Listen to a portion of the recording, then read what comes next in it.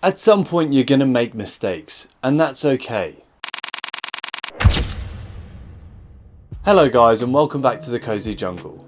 So I wanted to make a video today all about making mistakes and how sometimes you're just going to end up killing some plants. Now, it's not to say that you're terrible at looking after them and you're never going to be able to actually look after any plant for a certain period of time. It just means that you're going to make mistakes, and that's okay. I learned it, everyone else did. It's just a part of how you look after houseplants. Sometimes it happens. Now, some of the mistakes that I've made from the beginning are picking plants that I know are not a good plant for the environment that I'm currently in. So even the positioning of the plants that I have right now in certain areas of the room, or even the room itself, might not be an ideal location.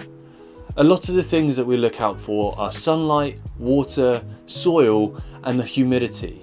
Ultimately, they're going to dictate whether or not the plant is going to survive in that desired area.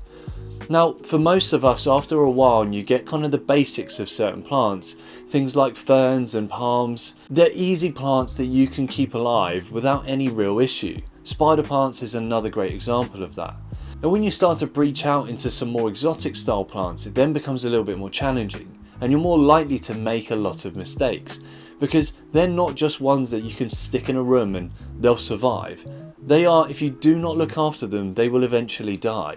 And then you start to change. Rather than being a beginner, you're now becoming a little bit more advanced and an expert in this field of looking after houseplants.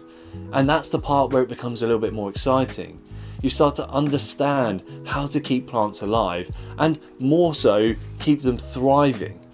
So some of the mistakes that I've made is putting them in the wrong lighting. That is the first one that I got wrong. I thought that regardless, as long as it had some kind of sunlight, any plants could survive. Well, that was clearly a mistake. I know that some plants need direct sunlight, some need indirect sunlight, some can survive without any at all. So it's important to understand the lighting.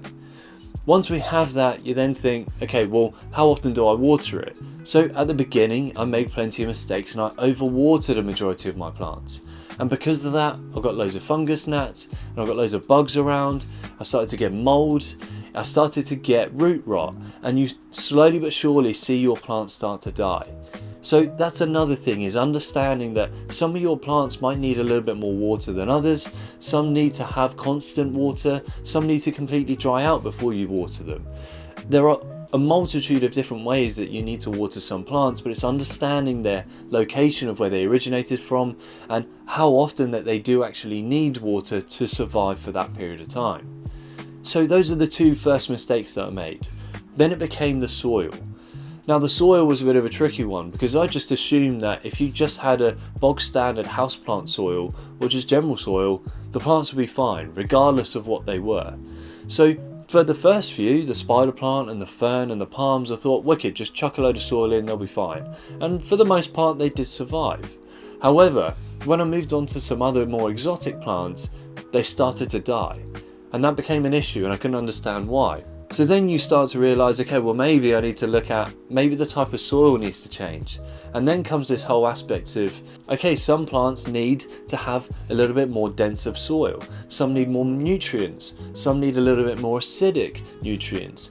Some need a little bit more aerated soil, so more bark rather than heavy dense mud. So we start to change the aspect of the soil that we've got. And some plants thrive with dense soil, some plants don't. So now it changes the whole thing again. So there's 3 mistakes I've already made of the major things that keep plants alive.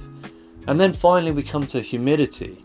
Now with humidity is a bit of a tricky one because again, the type of plant that you have needs more or less humidity. And the positioning of all of the other things with the lighting, the soil and the water also dictates the humidity as well. So we need to make sure that the plants that you're having in that area might need a little bit more misting or spray or needs some kind of a humidifier to keep everything functioning the way that you want it to. So there's humidity, that's another one. So now we have 4 key areas to try and keep your plants alive. And even with all of that, you may still go wrong and some of them might die. I'm still struggling at the moment to keep a few of my plants alive, and it's a bit of a learning curve. I'm trying to find ways of understanding why they're not quite surviving the way that I want them to. I want them to thrive. So if I make the mistake, I need to understand why, look at those 4 key areas and then say, okay, this might be the reason, let me try again. So hopefully that makes a lot of sense, and it gives you an idea as to, first of all, understand why things might go wrong, and to also accept that mistakes are going to happen, and that's perfectly fine. It's the whole journey of trying to keep houseplants alive and for you to enjoy spending time with your plants. So thank you very much for watching. I look forward to doing the next one. Please like, share and subscribe, and let's get the Cozy Jungle to as many houses as we can.